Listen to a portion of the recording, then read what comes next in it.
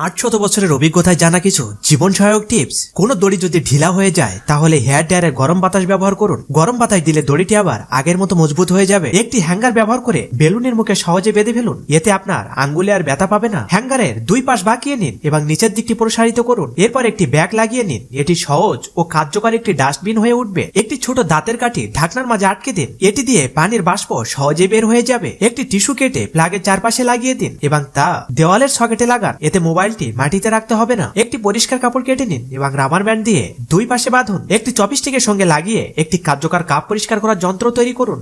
মশলার প্যাকেট থেকে সরাসরি মশলা বের করতে প্যাকেটের মুখে একটি ঢাকনা চাপ দিন এবং আলতোভাবে চেপে মশলা বের করুন, এতে হাতে মশলা লাগবে না এবং প্যাকেট পুরোপুরি খালি হবে। প্যাকেটের সঙ্গে দেওয়া প্লাস্টিকের ফর্ক দিয়ে নুডলস রান্নার কাজ সহজে সম্পন্ন করা যায়। একটি হ্যাঙ্গারের কাঁধের দুপাশে কাপড় ঝুলিয়ে রাখুন, এতে বাতাস সহজে চলাচল করবে এবং কাপড় দ্রুত শুকিয়ে যাবে। এখন কিছু লাইক সাবস্ক্রাইব পাওয়া যাবে কি?